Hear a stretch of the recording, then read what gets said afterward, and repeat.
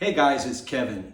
Now, if you've been following the channel, you know that I was going to go ahead and buy a Redeye Hellcat 807 horsepower car to go and run at the Texas Mile because the Demon 170 just won't go over 149.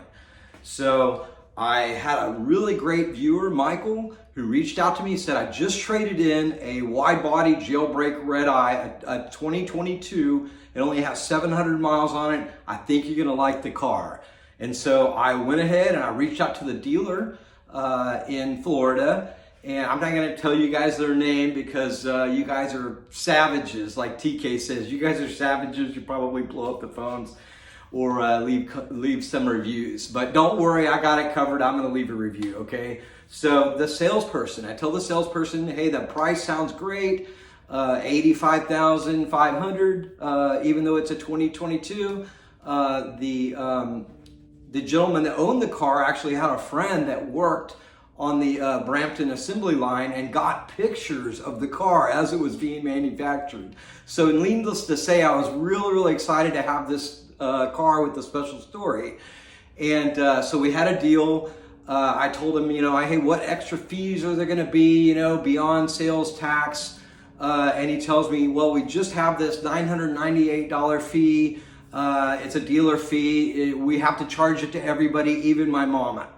And so I was okay with it. I hate these fees, but what are you going to do? I still thought it was a pretty good deal, right?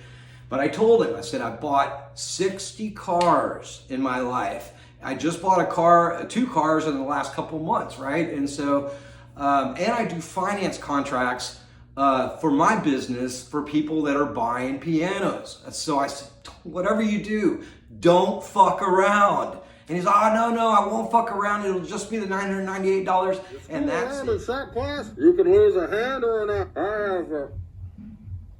have Mr. Adler? Huh? Oh,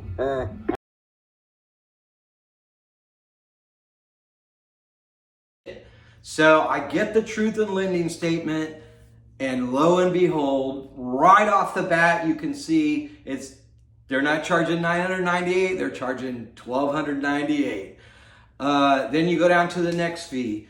This fee, I'm not really sure if it is a legitimate fee. So let's go on to the next fee. So the next fee, a couple $100, almost 300.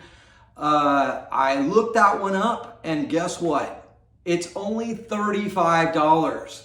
Now, if you look at the top under the itemization, you'll see in bold letters, in caps, really small, but it is capital letter, probably in bold letters because the government makes Florida say this on their contracts if there are any charges that are a profit center for the dealership. So, I mean, they're like the car mob down there. The government has to come in, step in and say, hey, we need you to put this in your contract because you're misleading people. And I'm telling you, man, these guys, the finance manager and the sales guys were, they were hemming and hawing about what these fees were. And I